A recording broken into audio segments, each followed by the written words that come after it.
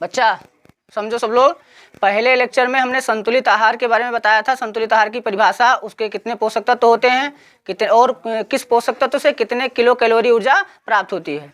चलिए हम देखते हैं लेक्चर 2 में कार्बोहाइड्रेट के बारे में पढ़ते हैं। जो पोषक तत्व लिखवाए थे कार्बोहाइड्रेट, तो कार्बोहाइड्रेट क्या होता है, कार्बोहाइड्रेट की परिभाषा क्या होती है, इसका सामान्य सूत्र क्या होता है, और कार्बोहाइड्रेट के कितने प्रकार होते हैं। यहाँ से हेडिंग डाल लो, कार्बोहाइड्रेट। क्या हेडिंग है? कार्बोहाइड्रेट।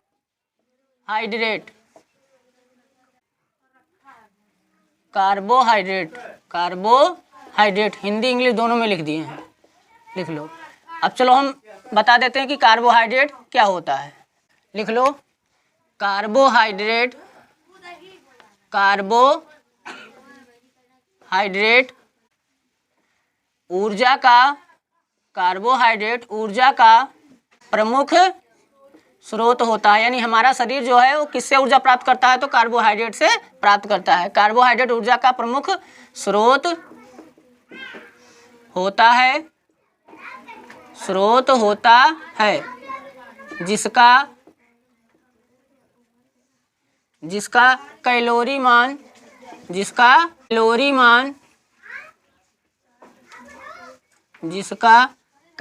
मान 4.1 किलो कैलोरी प्रति ग्राम होता है, प्रति ग्राम होता है। देखो समझो, तो कार्बोहाइड्रेट ऊर्जा का प्रमुख स्रोत होता है जिसका कैलोरी मान 4.1 किलो कैलोरी प्रति ग्राम होता है। अब यहाँ समझो कि कार्बोहाइड्रेट है वो किन दो शब्दों से मिलकर बना है। समझो इधर, कार्बोहाइड्रेट जो शब्द है या दो शब्दों से मिलकर बना है। पहला है, लिख लो, कार्बन। पहला क्या है? कार्बन, और दूसरा हाइड्रेट। अब यहाँ से समझो, कार्बन का मतलब क्या होता है, कार्बन होता है यानी कि सी, और हाइड्रेट का मतलब होता है जल। तो जल का सूत्र क्या हो जाएगा? H2O। जानते हो ना सब लोग, हाइड्रोजन के 2 भाग और ऑक्सीजन के 1 भाग से मिलकर क्या बना है? जल बना है। तो यहाँ देखो समझो बच्चा, तो यहाँ से जो सूत्र निकल कर आया वो क्या है? CH2O। CH2O, देखो CH2O, ये क्या है? कार्बोहाइड्रेट का सामान्य सूत्र है। तो कार्बोहाइड्रेट का सामान्य सूत्र निकल कर आया CH2O। अब यहाँ से याद रखना इसका, इधर देखो बेटा, समझो सब लोग, यहाँ पे क्या है? देखो कार्बन 1, हाइड्रोजन 2, अनुपात में लिख लो इसको 2, और ऑक्सीजन 1। इसका अनुपात क्या निकल कर आया? 1:2:1। परिभाषा यहाँ से समझो, ऐसे यौगिक जिनमें कार्बन, हाइड्रोजन और ऑक्सीजन का अनुपात 1:2:1 होता है, उसे कार्बोहाइड्रेट कहा जाता है। समझो ध्यान से, लिख लो, ऐसे यौगिक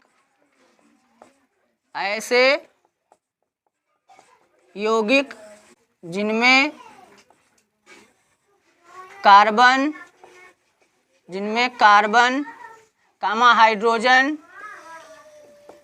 हाइड्रोजन तथा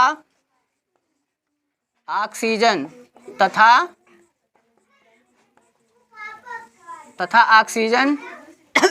का अनुपात, समझो बच्चा, का अनुपात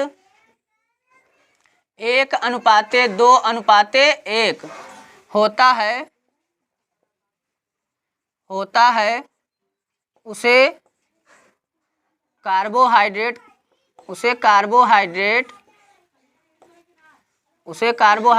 कहा जाता है।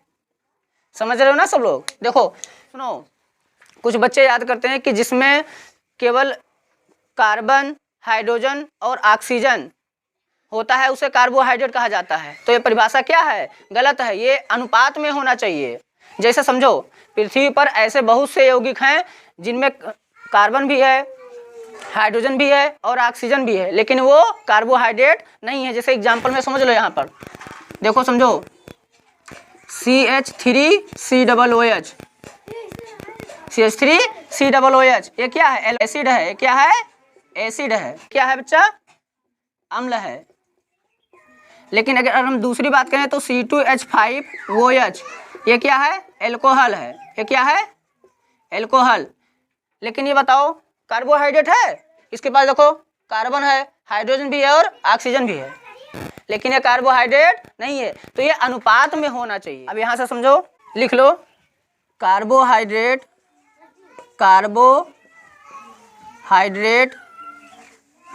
का सामान्य सूत्र, कार्बोहाइड्रेट का सामान्य सूत्र CH2O या समझो इधर CnH2nOn होता है, N होता है।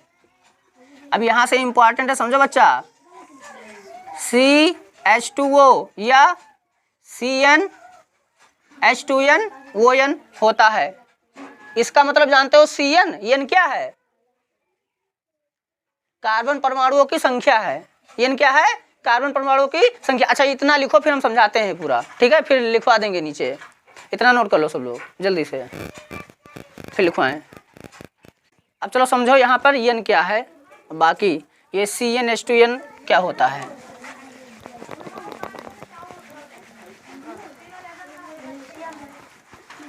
बच्चा ये बोलो ना, तुम लोग समझ लो और अच्छे से पढ़ लो और याद कर लेना ये सब। अब समझो यहाँ पर N क्या है। सूत्र लिखे थे बच्चा CnH2nOn। यहाँ पर ये जो N है वो क्या है? लिख लो यहाँ पर N बराबर कार्बन परमाणुओं की संख्या है। लिख लो N क्या है? कार्बन परमाणुओं की संख्या, यानी कार्बन परमाणु की संख्या या हाइड्रोजन परमाणु की संख्या है बच्चा। बोलो क्या? जैसे समझो, यदि यहां से समझो, यदि n बराबर 1 हो तब, यदि n बराबर 1 हो तब इसका सूत्र क्या हो जाएगा? समझो इधर बच्चा, n बराबर 1 हो, यहाँ पर n क्या है? 1, तो C क्या है? समझो इधर C1 और H के पास 2n है, तो क्या हो जाएगा? H2 और O के पास 1n है, तो क्या हो जाएगा? वो 1। समझिए बच्चा, यानी ये क्या है? n बराबर 1 हो तब। लेकिन इधर समझो, n बराबर 2 हो तब क्या हो जाएगा सूत्र? n बराबर 2 हो तब बताओ, तो C2H4 और वो 2। इसका मतलब समझ रहे हो? तो n बराबर अगर 2 हो तो यहाँ पे Cn था ना, यानी C1 था, तो यहाँ पे क्या हो जाएगा? 2, और यहाँ पे क्या देखो 2 था, तो क्या हो जाएगा? 4, इसका डबल। अगर देखो कार्बन का हाइड्रोजन क्या है? डबल है कि नहीं है? और ऑक्सीजन का भी डबल है। ऑक्सीजन 1 है, कार्बन भी 1 है, लेकिन हाइड्रोजन 2 है। जो हाइड्रोजन की परमाणु संख्या है वो कार्बन और ऑक्सीजन की डबल होगी। क्या होगी? डबल होगी। अब देखो बच्चा, अब ग्लूकोज का सूत्र निकल कर आएगा यहीं से। ग्लूकोज का सूत्र कैसे निकलता है तो समझो इधर देखो, अब n बराबर अगर 3 हो, n बराबर 3 हो तब बताओ क्या होगा?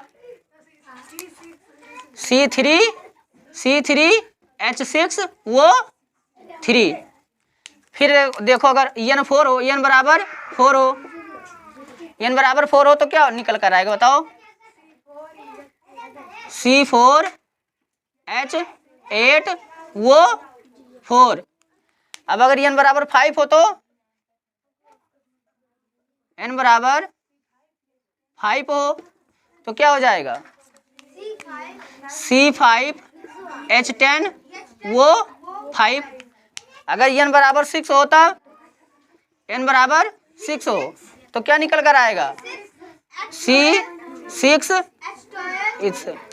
देखो समझो, C6H12O6। ये क्या है? ग्लूकोज का सूत्र है।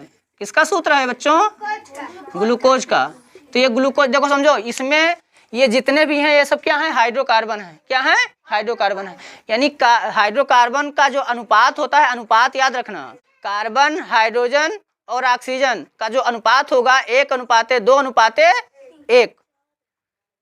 इस अनुपात में जितने भी यौगिक हैं सब क्या हैं, हाइड्रोकार्बन हैं। लेकिन अनुपात अगर सही नहीं है तो हाइड्रोकार्बन नहीं है। जैसे समझो यहाँ पे जैसे जल है H2 हो, तो जल का अनुपात क्या है, 2:1।